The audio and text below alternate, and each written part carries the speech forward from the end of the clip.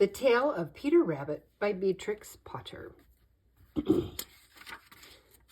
The Tale of Peter Rabbit.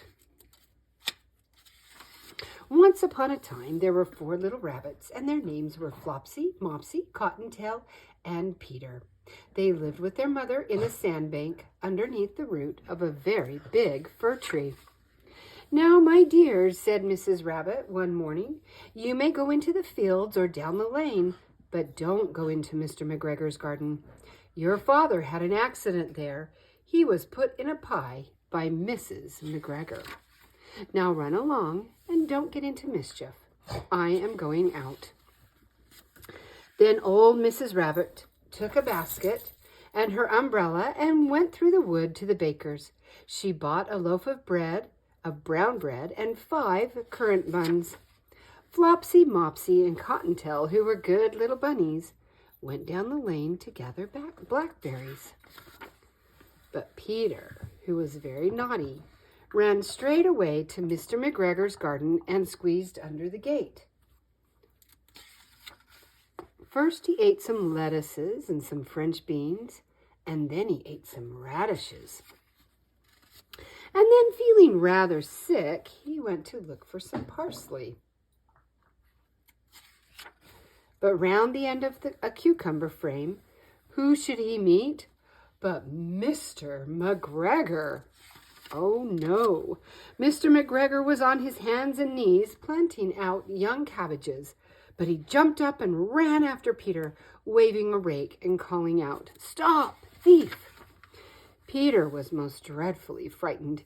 He rushed all over the garden, for he had forgotten the way back to the gate.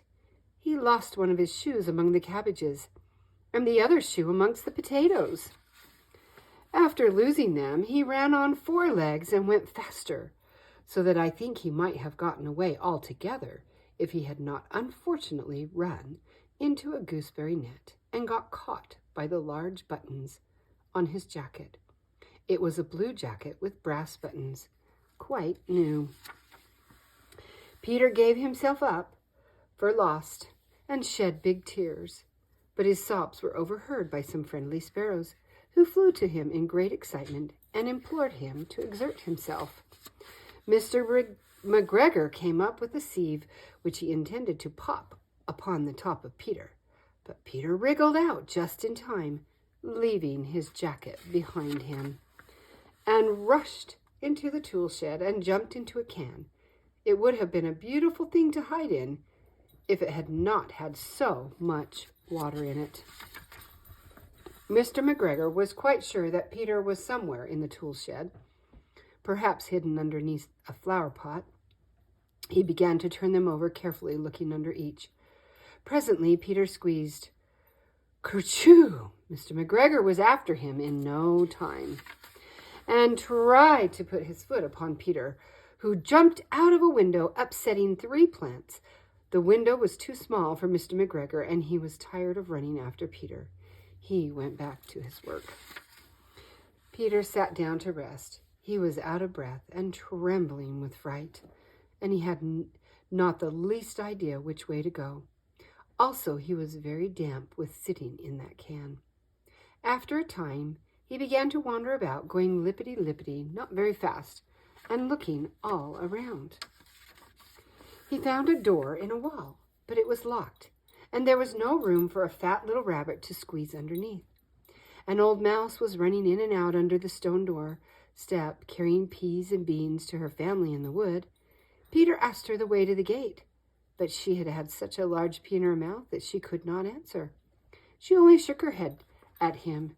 Peter began to cry. Then he tried to find his way straight across the garden, but he became more and more puzzled. Presently he came to a pond where Mr. McGregor filled his water cans. A white cat was staring at some goldfish. She sat very, very still, but now and then the tip of her tail twitched as if it were alive. Peter thought it was best to go away without speaking to her. He had heard about cats from his cousin, little Benjamin Bunny.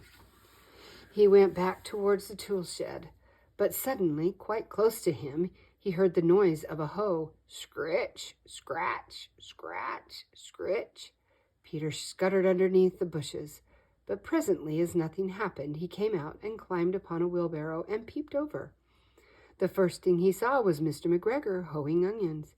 His back was turned toward Peter, and beyond him was the gate. Right there.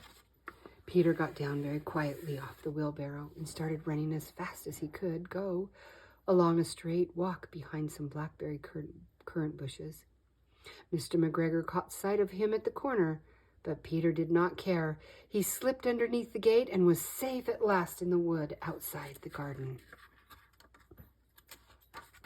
Mr. McGregor hung up the little jacket and the shoes for a scarecrow to frighten the blackbirds. Peter never stopped running or looked behind him till he got home to the big fir tree. He was so tired that he flopped down upon the nice soft sand on the floor of the rabbit hole and shut his eyes. His mother was busy cooking. She wondered what he had done with his clothes. It was the second little jacket and pair of shoes that Peter had lost in a fortnight. I am sorry to say that Peter was not very well during the evening. His mother put him to bed and made some chamomile tea, and she gave a dose of it to Peter, 1 tablespoon to be taken at bedtime. But Flopsy, Mopsy, and Cottontail had bread and milk and blackberries for supper. The end.